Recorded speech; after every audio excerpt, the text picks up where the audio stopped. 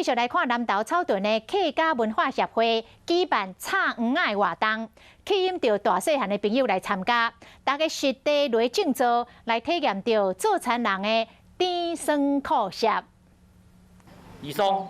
参加插黄仔活动民众，做野香拜拜，祈求活动会当平安顺遂。我要大家落去田内底，才感受到农民辛苦种植过程。我觉得插秧很辛苦，会腰酸背痛的。我觉得很开心，我学会插秧，我下次还要来。唔惊天气热，大人囡仔做伙参加。含情行政院中办镇长蔡培慧捌落去田的报黄仔。 讲这是真好的推动食农教育机会，让少年一辈了解食物来源，知影通珍惜。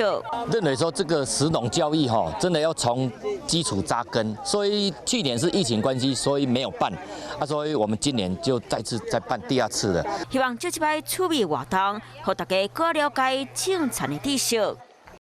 你好，我是宋彦明。想知道更多的新闻内容，请订阅华视新闻的 YouTube 频道，并且按赞、订阅、开启小铃铛。另外，可以上 LINE 贴图小铺来购买华视主播的官方贴图。